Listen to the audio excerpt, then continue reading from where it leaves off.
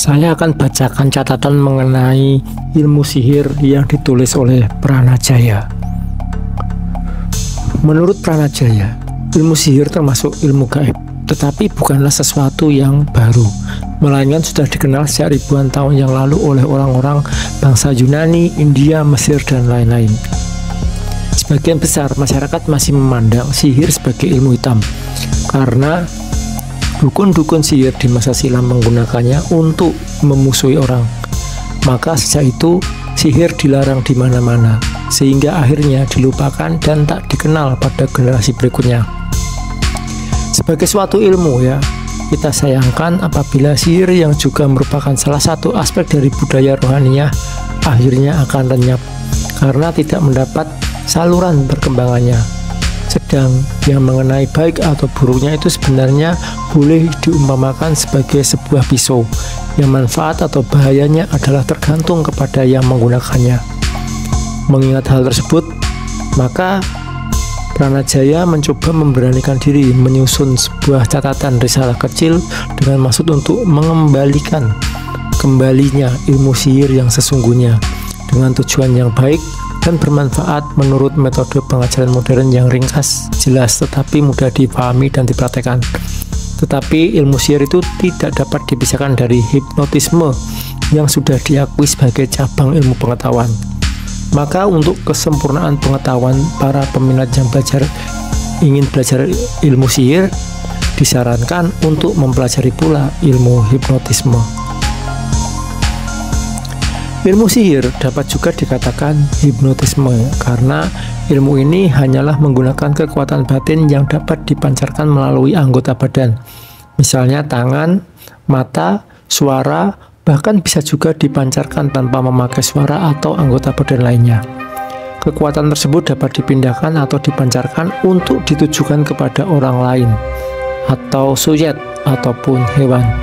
Sedang yang dimaksud dari hipnotisme itu berasal dari kata-kata hipnos, artinya tidur, dan isme artinya faham atau ilmu. Jadi, hipnotisme itu ilmu yang menyelidiki tentang cara-cara untuk menidurkan orang pada waktu orang itu dalam keadaan sadar.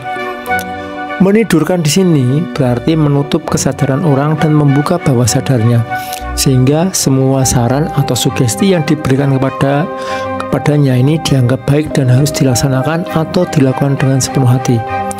Orang yang dalam keadaan demikian inilah yang dikatakan terkena pengaruh sihir, dan orang yang disihir ini disebut suyet. Apa yang dinamakan bawah sadar tersebut tak lain adalah suatu alat badan yang menyimpan kesan-kesan baik yang kita terima, baik dari penglihatan, pendengaran, pikiran, maupun perasaan yang kita peroleh semenjak lahir. Sebab manusia hidup ini berada dalam kedua alam yakni alam sadar dan alam bawah sadar. Jadi, tidur karena pengaruh sihir itu berbeda dengan tidur biasa. Dalam tidur biasa, orang sudah tak ingat akan dirinya, tak mendengar apa-apa lagi, dan tidak mengetahui keadaan yang terjadi di sekitarnya. Sedang, orang yang tidur karena pengaruh sihir masih dapat melakukan berbagai gerak badannya, masih bisa mendengar saran-saran yang disampaikan kepadanya.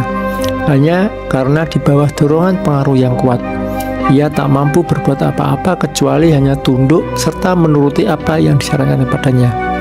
Jadi sihir adalah suatu tindakan paksa dari penyihir kepada orang lain atau suyat, dengan jalan menundukkan kesadaran pikirannya sehingga suyat terkena pengaruh yang kuat untuk menyerah dan menurut apa saja yang diperintahkan dengan tidak disadarinya.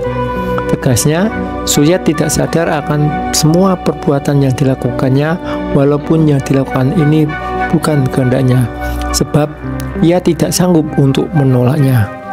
Karena suyat itu dalam keadaan tidur sihir, maka untuk membangunkannya pun berbeda dengan cara membangunkan dari tidur biasa. Di sini, ia tidak dapat dibangunkan oleh siapapun kecuali hanya oleh penyihirnya sendiri. Memang, dalam saat tidur sihir, seakan-akan terjadi hubungan jiwa dan batin antara penyihir dan suyat. Nah, bagi Anda yang ingin mempelajari ilmu sihir, ada syarat-syaratnya untuk menguasai sihir. Yang pertama, mempunyai kemampuan atau kemauan atau keberanian. Yang kedua, percaya pada diri sendiri. Yang ketiga, dapat memusatkan pikiran atau konsentrasi. Ini adalah modal utama untuk menguasai sihir. Nah, mempunyai kemauan atau keberanian ini menjadi syarat pertama untuk bisa menjadi ahli sihir. Ialah mempunyai kemauan yang keras serta berani, bebas dari perasaan takut dan tidak mengenal putus asa. Akan memberi dasar bagi keberhasilan Anda untuk menguasai ilmu sihir. Apabila Anda sudah bebas dari genggaman, cemas, dan takut, maka hal-hal yang Anda takutkan akan lenyap dan timbullah kemauan dan keberanian. Kita tahu bahwa semua orang yang takut akan kesukaran justru mendapat kesukaran. Pikiran khawatir justru menarik apa yang dikhawatirkan. Oleh sebab itu, dalam belajar ilmu sihir, tanamkanlah lebih dahulu dalam jiwa sanubari Anda swasugesti yang berbunyi, diriku sanggup, aku tabah, aku berani, aku gagah, aku dapat mencapai keinginanku. Dengan swasugesti tersebut, lambat laun akan meresap ke dalam bawah sadar Anda, menjadi sebagian dari pribadi Anda dan segera berubah setapak demi setapak menjadi suatu kenyataan dalam hidup Anda. Terus mengenai percaya pada diri sendiri ya, ini menjadi syarat kedua. Artinya Anda harus lebih dulu mempunyai keyakinan atas kemampuan Anda sendiri. Kalau Anda hendak melakukan sesuatu pekerjaan, Anda tidak boleh pesimis atau mempunyai perasaan akan gagal. Sebab bila mana perasaan sendiri sudah ragu, sudah barang tentu kegagalan hasilnya. Lebih-lebih dalam menggunakan atau mempraktekkan sihir, di mana keyakinan itu harus demikian kuatnya sehingga bisa terlihat dengan jelas dari roman muka serta pandangan mata Anda. Cara untuk menanamkan rasa percaya atas kemampuan diri sendiri itu ialah kalau Anda mau masuk tidur malam, ya, isilah bawah sadar Anda dengan sugesti-sugesti atau saran-saran mantap yang bersifat positif serta mengandung harapan-harapan yang optimis.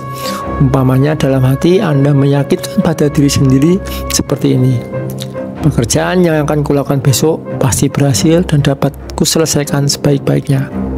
Kalau bawah sadar Anda sudah terisi dengan sugesti yang mengandung harapan-harapan besar, tentulah Anda akan merasa mudah untuk menyelesaikan setiap yang Anda kerjakan dengan semangat penuh gairah. Demikian pula halnya setelah Anda belajar ilmu sihir. Apabila Anda hendak mempraktekannya, maka terlebih dahulu Anda harus sudah yakin atas kemampuan ilmu Anda itu, sehingga terjamin dapat berhasil. Lantas yang terakhir adalah Anda harus dapat memusatkan pikiran atau konsentrasi. Dan syarat ketiga dan merupakan yang terakhir untuk menguasai ilmu sihir ialah dapat memusatkan pikiran atau melaksanakan konsentrasi. Dan hal ini Anda harus belajar.